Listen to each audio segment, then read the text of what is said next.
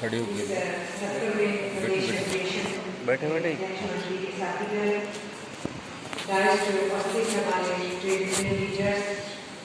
दूसरे जनसंगठनों के साथी और इंटर के साथी आए हैं प्रधान राज्य के और सभी मेरे डेलीगेट साथियों भाइयों बहनों। मैंने अभी अभी डायस को बैठे जो आपको डेलीगेट बनने पे बैग मिलेगा, उसमें आपको महासचिव का प्रतिवेदन भी मिलेगा जो आपकी कॉन्फ्रेंस में जो में आपने चर्चा करना है। मैंने इसको थोड़ा एडवांस किया। इसमें पिछले आपके 16वें सम्मेलन से लेकर अब तक की जो राजनीतिक स्थितियां हैं उसका चर्चा है, बहुत से आंकड़े हैं, उसके साथ साथ आपकी रोडवेज से सिलसिले में सारी मुश्किलें लिखी हैं। आज की मौजूदा जो राजस्थान की सरकार है उसके साथ मेहनत करके आपने क्या क्या हासिल किया है, उससे पहले जो गवर्नमेंट थी जो वो सफाई नहीं कर रही थी, तो आप लोगों ने बड़ी मुस्तैदी से उसी दिन आंदोलन ऑलरेडी चल रहा था, मुझे अभी भी याद है। और चूंकि इलेक्शन घोषित हो गई थी और हमें भी दिल्ली में मैसेज दिया गया कि इलेक्शन का कोड लागू हो गया है, हमारे बहुत से साथियों को गिरफ्तार किया गया है यहाँ और हम लोगों ने प्रण लिया। अगर इस सरकार ने ऐसा रवैया हमारे साथ बताया है तो हम देखेंगे कि ये कुर्सी पे कैसे रहेंगे, और वो आप लोगों ने करके दिखाया पूरे आवाम के साथ। चर्चा इसमें है और उसकी पूरी डिक्लेरेशन के साथ साथ मैंने देखा कि भावी दिशा के बारे में चर्चा है, संगठन के बारे में चर्चा है, जो युवा साथी रोड ट्रांसपोर्ट में जुड़े हैं लेकिन नहीं समझते हैं उतना कि ट्रेड यूनियन आंदोलन को, उनकी शिक्षा का चर्चा, उनको लीडरशिप की जिम्मेदारी लेने का चर्चा, वो सब कुछ इस रिपोर्ट में है। तो सबसे पहले तो मैं अपनी इस उद्घाटन बोर्ड में यही कहना चाहूँगी कि रिपोर्ट को गहराई से सुनिएगा भी, रिपोर्ट को वापस जाके फिर से पढ़िएगा भी, और जो यहाँ पर बहस होने के बाद जो रणनीति तैयार हो संघर्षों के बारे में, आंदोलनों के बारे में और संगठन की मजबूती के बारे में, वो सारा संदेश यहाँ से लेके निकलिए। कामयाब कॉन्फ्रेंस को करने के बाद अपने संगठन की मजबूती और ट्रेड यूनियन आंदोलन एक्शन को मजबूती देने का संकल्प लेके आप यहाँ से निकल पाएंगे और काम में जुट जाएंगे बड़ी मुस्तैदी से, वही आपके सम्मेलन की असली कामयाबी होगी। तो ये मैं सबसे पहले कहना चाहती हूँ। साथियों, हम बहुत ही मुश्किल दौर में हैं। आज जब हम ये कॉन्फ्रेंस कर रहे हैं, दुनिया के और देश के हालात अच्छे नहीं हैं। आप में से बहुत सारे लोग जो बैठे यहाँ हैं लेकिन बीच बीच में जानने की कोशिश कर रहे होंगे कि आज वो इलेक्शन रिजल्ट आने हैं 5 स्टेट्स के, तो क्या होगा। मुझे मालूम है बहुत साथियों का ध्यान उस तरफ जा रहा होगा, लाजमी बात भी है। तो वो नतीजों के बारे में जो आप सुन रहे हैं वो कोई अच्छी फीलिंग तो नहीं दे रहे होंगे आपको। मैं भी ट्रेन में बैठे बैठे सुबह सुबह गाड़ी से निकली और मुझे मालूम है 7 बजे के आसपास पोस्टल काउंटिंग शुरू हो जाती है। 8 बजे के बाद दूसरी काउंटिंग का दौर शुरू होने लगता है और यहाँ उतरने से पहले तक मैं फोन कर करके खबर ले रही थी। बाद में भी आके लेने की कोशिश की है तो वो कुछ अच्छे हालात तो नहीं बता रहा। ये हमारे लिए चिंता के विषय है। बहुत से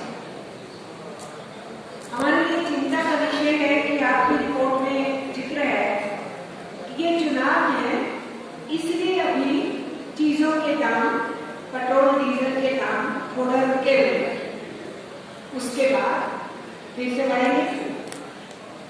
बात सच है। और आप भी एक और बहाना है उनके पास। जब तो 10 की बात पेट्रोल और डीजल में उन्होंने बढ़ाने ही है, पर उनको तो बहाना भी किया। अब वो कहेंगे कि रूस और यूक्रेन की लड़ाई चल रही है, हम क्या करें, दुनिया में भाग के करें, इसलिए काम कर रहे हैं। तो नहीं भी चल रही होती तो इन्होंने बढ़ाना है। अब वो चल रही है तो वो इनको एक्सक्यूज मिलेगा। और ये सच भी है कि दुनिया के हालात भी इस वक्त अच्छे नहीं हैं। जब झंडा तोलन हो रहा था बाहर, जो डेलीगेट साथी तब तक आ चुके थे, काफी लोग बाद में आए हैं, उन्होंने सुना हमारे सीनियर साथी झंडा तोलन करने के बाद कुछ शब्द बोल रहे थे और उन्होंने एक बात पर चर्चा किया कि AIQC जो 1920 में पैदा हुई और स्वतंत्रता आंदोलन के अंदर बहुत बड़ा रोल अदा किया, देश को अंग्रेजों से आजाद कराने में और फिर आजाद हिंदुस्तान में देश को बनाने में का बहुत महत्व है। इसका झंडा बनाते हैं तो लाजमी बात है, एकता की यूनियन होने के नाते हमारी चिंता दुनिया की और देश की, हमारे देश के मेहनत कशों के सामने, किसानों के सामने, हमारी युवा पीढ़ी के सामने जो कि बेरोजगारी तेजी से बढ़ रही है, हमारे विद्यार्थियों के सामने की शिक्षा बहुत महंगी हो रही है, हमारे सीनियर सिटीजन्स के सामने कि उम्र के आते आते बीमारियां बढ़ती हैं लेकिन स्वास्थ्य महंगा होता जा रहा है। तो ये बहुत सी समस्याएं जिनसे हम घिरे हुए, तो लाजमी बात है कि इन सब चीजों का चर्चा होना बहुत जरूरी है समय में। आप अपने रिपोर्ट और अपने सेक्टर के ऊपर कंसंट्रेट करेंगे, इसलिए मैं चाहती हूँ कि मैं कुछ दुनिया में और जो देश में चल रहा है उसके बारे में थोड़ी थोड़ी बात आपके बीच में करके जाऊँ। पहली बात तो हमें ये समझनी चाहिए, हम मजदूर हैं, मेहनत का काम है, हम तो किसी किस्म के युद्ध को सपोर्ट कर ही नहीं सकते। वो युद्ध कोई मजबूरी कह के ठोके या प्लान करके करे, युद्ध तो युद्ध होता है और मजदूर कभी भी युद्धों के हक में नहीं, क्योंकि युद्ध हमेशा आम आदमी को नुकसान पहुंचाता है। वो बहुत से कष्ट लेके आता है परिवारों के और फिर जीवन यापन के साधनों को महंगा करता है और फिर बेरोजगारी के हालातों को बढ़ाता है, फिर शरणार्थियों की गिनती बढ़ाता है। वो हमेशा कष्ट लेके आता है और जो युद्ध में से मुनाफा ढूंढ रहे होते हैं, चाहे वो हुकूमतें हों जो मुनाफा ढूंढ रही हूँ, राजनीतिक लाभ उठाने की कोशिश कर रही हूँ, और चाहे वो आर्मामेंट लॉबी हो जो ये चाहते हैं कि युद्ध तो होने चाहिए, तो हथियार कैसे दिखेंगे, युद्ध तो होने चाहिए, कॉन्फ्लिक्ट तो रहने चाहिए, ताकि उनकी इकोनॉमी, विश्व पूंजी की जो इकोनॉमी, खास करके साम्राज्य मुल्कों की जो इकोनॉमी और अर्थतंत्र है वो चलता ही आर्मामेंट इंडस्ट्री से है।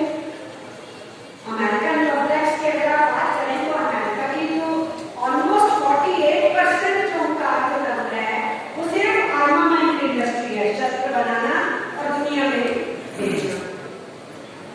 तो उनके तो फायदे ही फायदे हैं, आम जनमानस का कोई फायदा नहीं होता है। और जब इस पृथ्वी के ऊपर पहली सत्ता कायम हुई थी झंडा लेके 1917 में इंकलाब के बाद व्लादिमीर इलियच लेनिन के नेतृत्व में, तो सबसे पहली संधि उन्होंने शांति की थी। आपको विदित होगा कि 1914 से 1919 तक पहला विश्व युद्ध हुआ, बाद में 1939 से 1945 तक दूसरा विश्व युद्ध हुआ। तो पहले विश्व युद्ध के दौरान लेनिन ने मजदूरों के आंदोलन को लीड करने के साथ साथ फौज के लोगों को आह्वान किया था, अपने को पहचानो, तुम कौन हो, तुम किसानों के बच्चे हो, तुम मजदूरों के बच्चे हो, तुम्हें इन साम्राज्यों के युद्ध से क्या मिलेगा,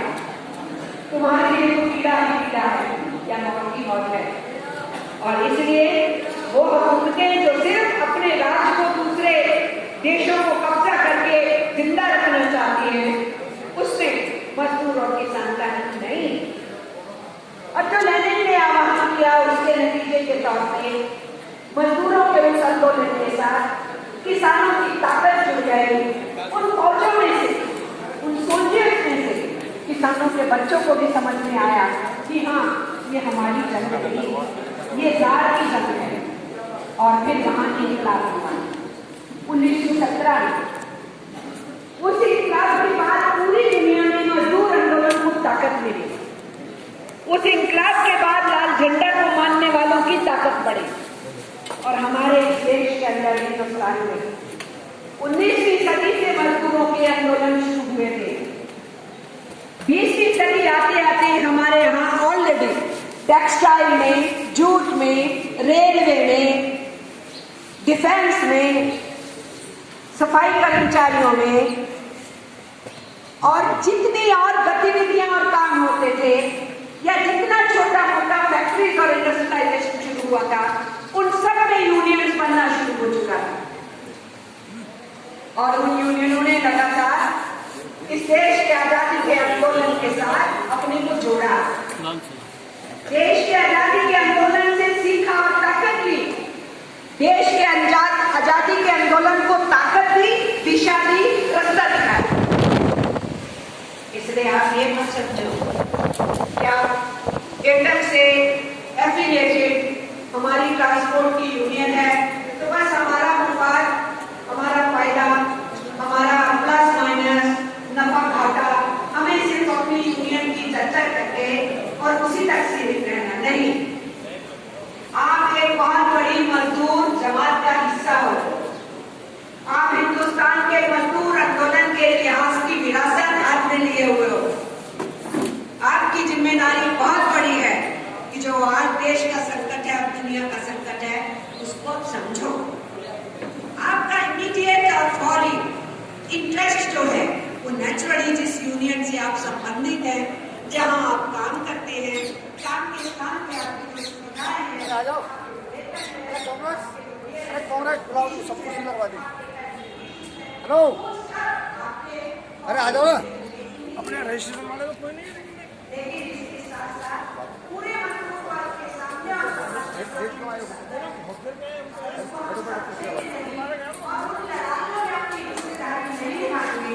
तो हम आज किसी के झंडे का असली सम्मान नहीं कर रहे हैं। और इसीलिए आज ये कहना जरूरी हो गया इस देश की हुकूमतों को भी बताने के लिए कि याद रखिए, हिंदुस्तान में जो पहला राष्ट्रीय संगठन बना 1919 में, उसके पहले फाउंडिंग प्रेसिडेंट लाला लाजपत राय थे इस देश के महान स्वतंत्रता सेनानी। इसलिए हुकूमतों से हम कहना चाहते हैं, जिन्होंने अंग्रेजों की दलाली की, आज वो कुर्सियों के ऊपर बैठ करके लोगों से देशभक्ति का प्रमाण पत्र मांगते हैं और ट्रेड यूनियन आंदोलन को कुचलने के लिए हमारे कानूनों को कोडिफिकेशन करके हमारे हकों को छीनना चाहते हैं। उनको हम बताना चाहते हैं कि स्वतंत्रता आंदोलन के शीर्ष नेता एआईयूसी की अध्यक्षता को हासिल करने में फख्र महसूस करते हैं। पंडित जवाहरलाल नेहरू एआईयूसी के अध्यक्ष रह चुके हैं। नेताजी सुभाष चंद्र बोस एआईयूसी के अध्यक्ष रह चुके हैं। बीबी गिरी एआईयूसी के अध्यक्ष रह चुके हैं। ग्रेट फ्रीडम फाइटर सीआर दास, कोकिला कहलाने वाली वो बहादुर महिला सरोजिनी नायडू, सभी ये लोग एकता के झंडे के साथ अपने को जोड़ करके उस स्वतंत्रता आंदोलन के दौर के अंदर फख्र महसूस करते थे। क्यों ऐसा महसूस करते थे? क्योंकि हिंदुस्तान के आजादी के आंदोलन में जो एक प्लेटफॉर्म था जिसको इंडियन नेशनल कांग्रेस कहते थे, वो प्लेटफॉर्म के रूप में था, वो पॉलिटिकल पार्टी नहीं थी। वो आजादी के आंदोलन को लीड करने के लिए उसमें सभी विचारधारा के लोग, सभी सोच के लोग उसी प्लेटफॉर्म के तहत काम करते थे अंग्रेजों को चुनौती देने के लिए। उस प्लेटफॉर्म ने 1929 में यह प्रस्ताव लिया था हिंदुस्तान में कंप्लीट इंडिपेंडेंस का, पूरी आजादी का।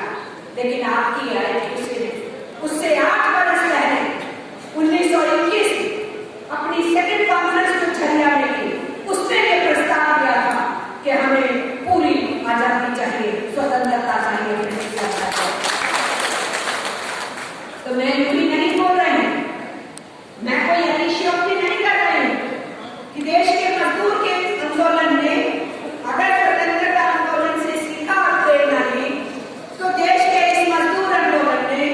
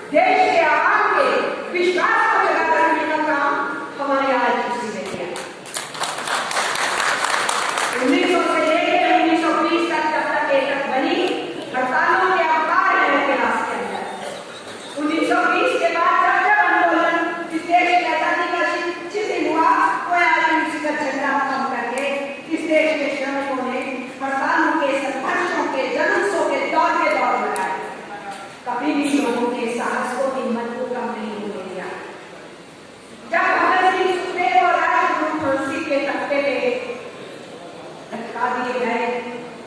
उससे पहले राम प्रसाद बिस्मिल और शहादत पा चुके थे। चंद्रशेखर